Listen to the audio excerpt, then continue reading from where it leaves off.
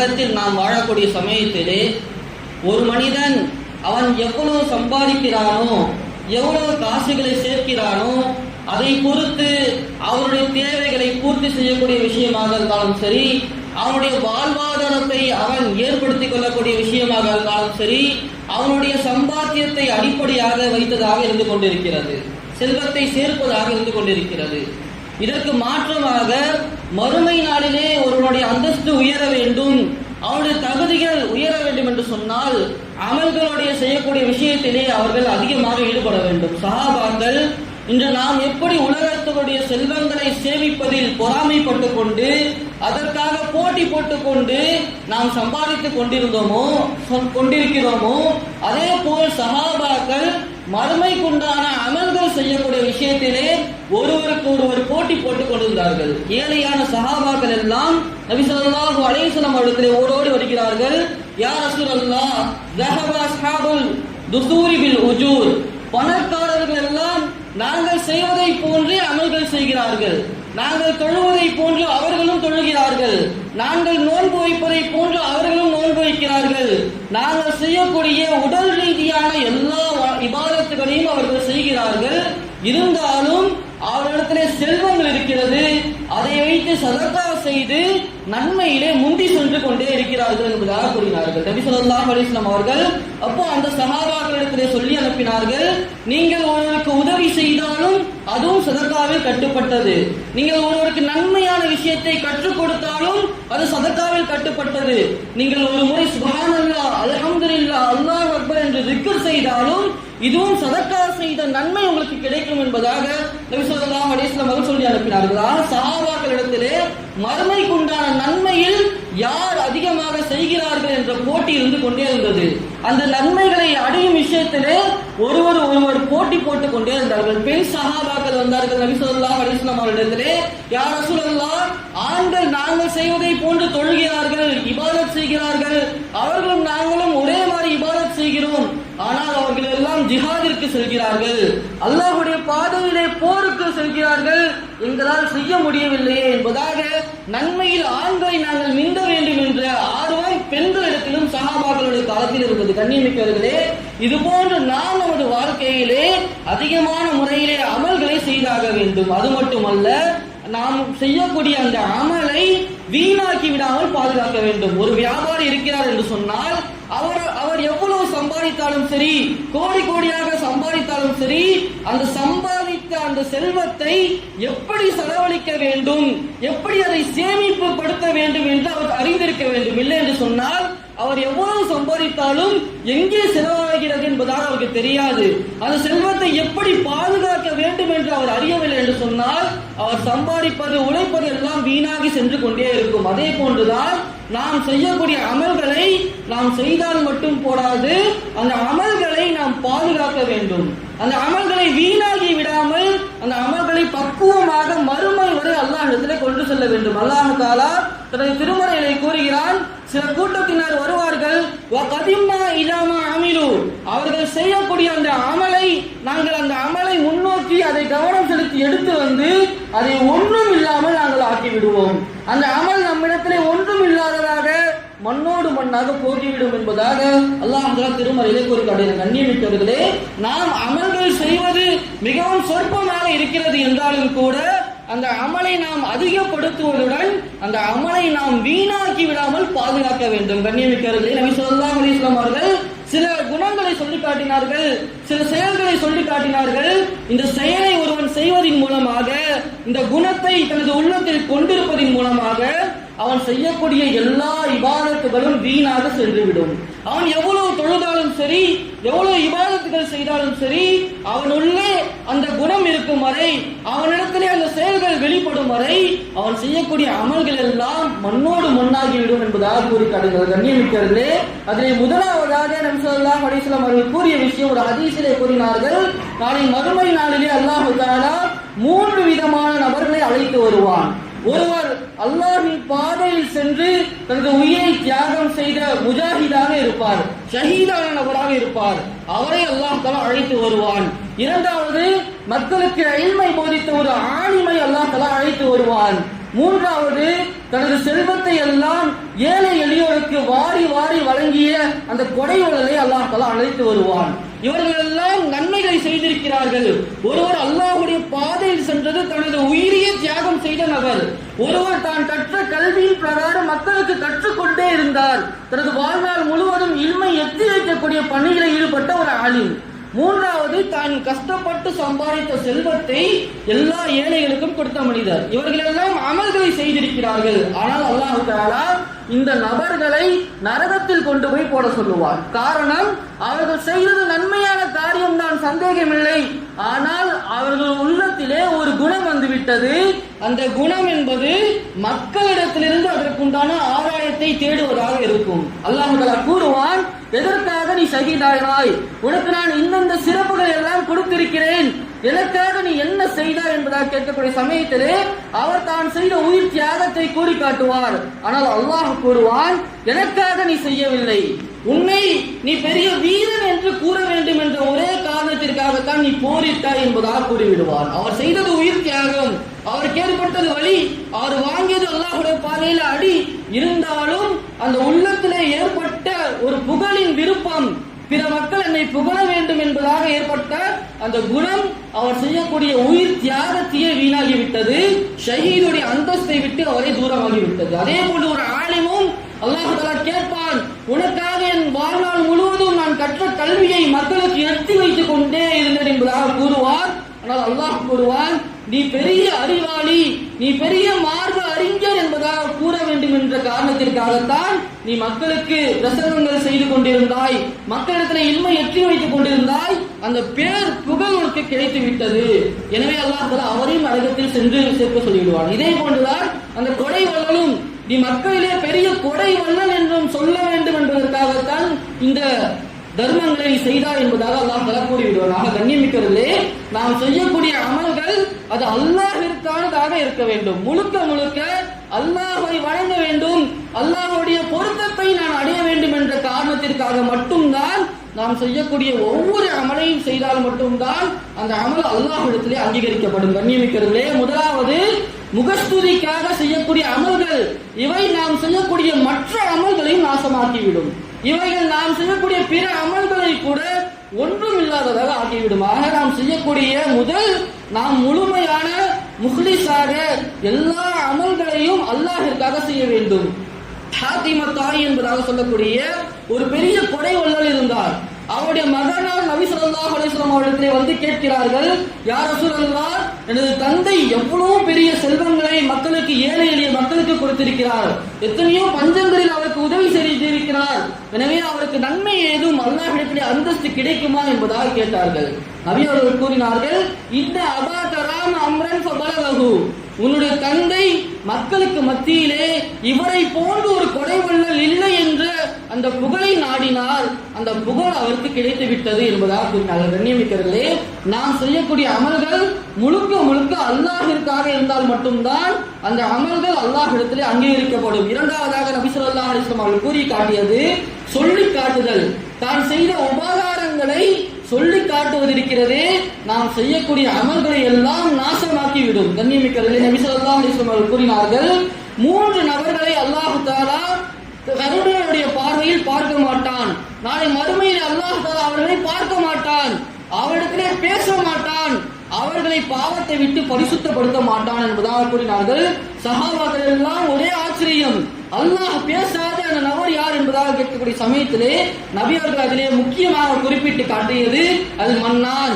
ஒருவர் தான் செய்த உபகாரத்தை சொல்லி காட்டுவது, தான் பிறருக்கு செய்த நன்மைகளை சொல்லி காட்டுவது இருக்கிறது, நாம் செய்யக்கூடிய அனைத்து அமல்களையும் ஒன்றுமில்லாத ஆக்கிவிடும். கண்ணியமிக்கவர்களே, நபி அவர்கள் மற்றொரு ஹதீஸிலே கூறினார்கள், லா யதுகுலுல் ஜன்னத்து மன்னான், தான் செய்த உபகாரத்தை சொல்லி காட்டியவன் சொர்க்கத்திற்கு அவன் சென்று விட மாட்டான். கண்ணியமிக்கிறது, நாம் எத்தனையோ நபர்களுக்கு உதவிகளை செய்திருப்போம், எத்தனையோ நபர்களுக்கு நல்ல முறையில் நடந்திருப்போம், ஆனால் அவர்கள் சில விஷயங்கள் நமக்கு முரணாக செய்யக்கூடிய சமயத்திலே நமக்கு வரக்கூடிய கோபத்திலே அந்த வார்த்தைகளை நாம் விட்டு விடுவோம். நான் உனக்கு எவ்வளவு செய்திருக்கிறேன் என்பதாக அவரிடத்திலே சொல்லாவிட்டாலும் கூட பிறரிடத்தில் நாம் நான் பேசக்கூடிய சமயத்திலே நான் அவனுக்கு எவ்வளவு செய்திருக்கிறேன், அவன் கஷ்டப்படும் போது நான் தான் அவனுக்கு உதவி செஞ்சேன், நான் எவ்வளவு செஞ்சேன், ஆனா அவன் என்னை மதிக்கிறதே இல்லை. நாம் சர்வ சாதாரணமாக பேசக்கூடிய இந்த வார்த்தை நாம் செய்யக்கூடிய எல்லா அமலையும் ஒன்றுமில்லாததாக ஆக்கிவிடும். கண்ணியமிக்கிறதுலே, நாம் பிறருக்கு உபகாரம் செய்யக்கூடிய சமயத்திலே அல்லாஹ்வுடைய பொருத்தத்தை மட்டும் நான் செய்ய வேண்டும். பிறகு அவருக்கு ஏதாவது ஒரு ஆதாயத்தை செய்வார், பிறகு ஒரு காலத்துல நான் கஷ்டப்படும் போது அவன் எனக்கு உதவி செய்வான் அப்படின்ற நீயத்துல செஞ்சோன்னு சொன்னா அந்த உபகாரத்திற்கு எந்த ஒரு நன்மையும் இல்லாமல் ஆகிவிடும். அந்த ஆதாயத்திற்காக நாம் உபகாரம் செய்ததாக ஆகிவிடும். நாம் அல்லாஹ்விற்காக மட்டும் நாடி ஒரு நபருக்கு உபகாரம் செய்தோம் என்று சொன்னால் அந்த நபர் எனக்கு நன்றி செலுத்த வேண்டும் என்று நான் எதிர்பார்க்க கூடாது, அந்த நபர் எனக்கு பிறவி உபகாரம் செய்ய வேண்டும் என்று நான் எதிர்பார்க்க கூடாது, அந்த நபர் எனக்கு கட்டுப்பட்டு நடக்க வேண்டும் என்று நான் எதிர்பார்க்க கூடாது. காரணம், நான் கொடுத்த அந்த தொகையாக இருக்கட்டும், நான் அவருக்கு செய்த உதவியாக இருக்கட்டும், முழுக்க முழுக்க நான் அல்லாஹ்விற்காக மட்டும் தான் செய்திருக்கிறேன். அப்படி நம்ம செஞ்சுட்டோம்னு சொன்னா எந்த ஒரு காலத்திலும் அவருடைய மஹபத்தையோ அவர் என் பேச்சை கேட்க வேண்டும் என்ற சிந்தனையும் நம்ம இடத்துல வந்து விடாது. முழுக்க முழுக்க நாம் அல்லாஹ்விற்காக மட்டும்தான் செய்ய வேண்டும். ஆக இரண்டாவது நபிகள் கூறியது சொல்லி காட்டுவது.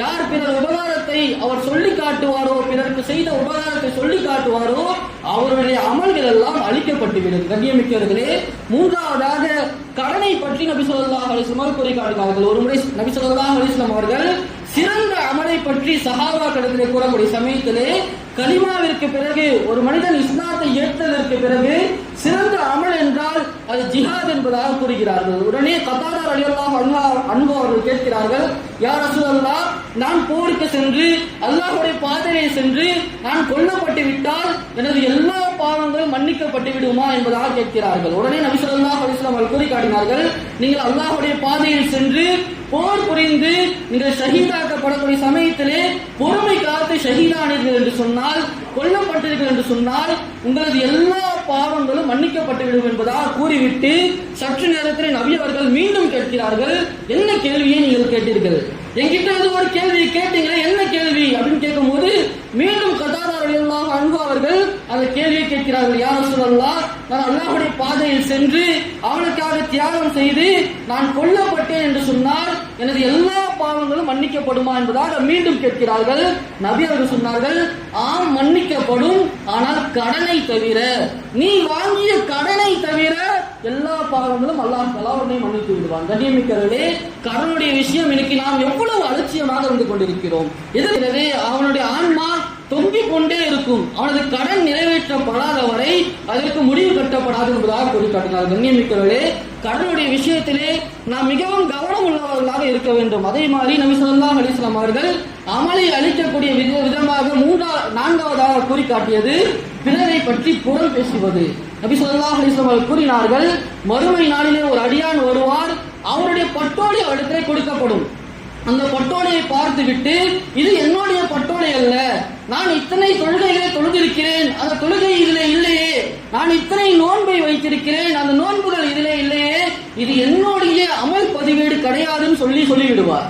உடனே அல்லாஹ் தஆலா கூறுவான், இதுதான் உனது அமல் பதிவேடு. அப்ப அவர் கேட்பாரு, நான் செய்த தொழுகை இதுல காணும், நான் இவ்வளவு சதக்கா செஞ்சிருக்கேன், அந்த சதக்காவை இதுல காணுமே, இதை எப்படி என்னுடைய பதிவேடு என்பதாக நான் ஏற்றுக்கொள்வது? அப்ப அல்லாஹ் தஆலா கூறி காட்டுவான், தஹப அமலுக பிதியாபிக லின்னாஸ், நீ செய்த அமல்கள் எல்லாம் மக்களை பற்றி நீ புறம் பேசினாய் அல்லவா, அந்த புறத்தின் காரணமாக எல்லா அமல்களும் அழிக்கப்பட்டு விட்டது, அந்த அமல்கள் எல்லாம் அவர்களிடத்திலே சென்று விட்டது என்பதாக அல்லாஹ் தஆலா கூறி காட்டுவான். கண்ணியமிக்கவர்களே, உலமாக்களிடத்திலே ஒரு பழக்கம் இருக்கும், யாராவது அவர்களை பற்றி புறம் பேசுவதாக அவர்கள் அறிந்தார்கள் என்று சொன்னால் முன்னால் வந்த உலமாக்கள் அவர்களுடைய வீட்டிற்கு இனிப்புகளை வாங்கி செல்வார்கள். இனிப்புகளை வாங்கி சென்று அவரிடத்தில் கொடுப்பார்கள். அவர் அந்த இமாமை பற்றி தவறாக பேசுவார், புறம் பேசிக் கொண்டிருப்பார், இட்டு கட்டி பேசிக் கொண்டிருப்பார்.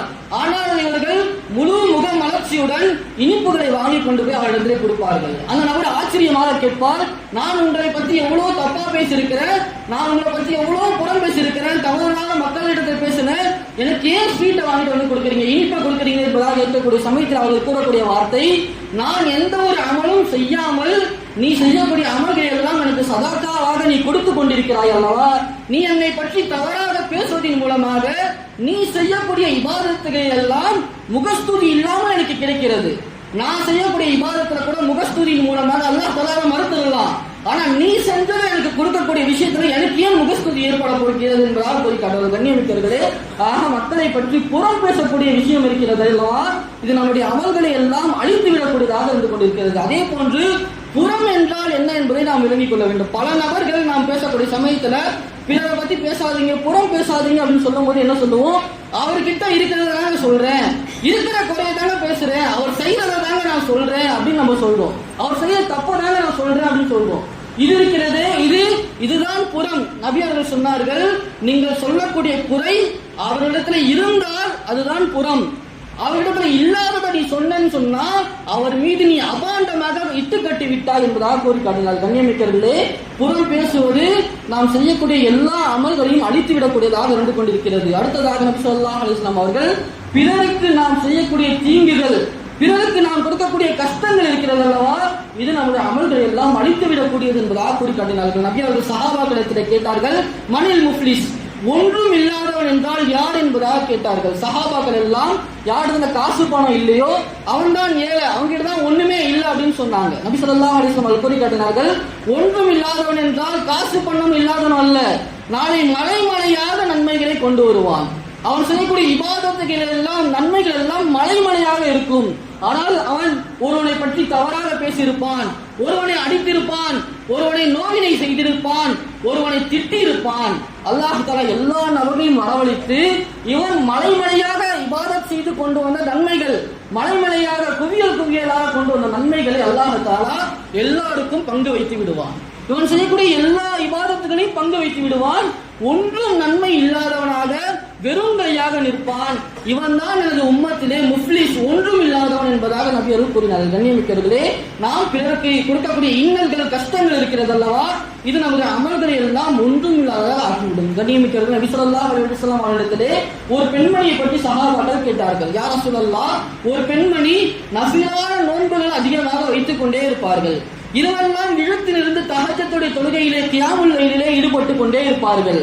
ஆனால் பக்கத்து வீட்டாளர்களை அடிக்கடி சண்டை செய்து கொண்டே இருப்பார்கள், திட்டிக் கொண்டு பக்கத்து வீட்டாளர்களுக்கு நாவின் மூலமாக துன்பத்தை ஏற்படுத்தி கொண்டே இருப்பார்கள்.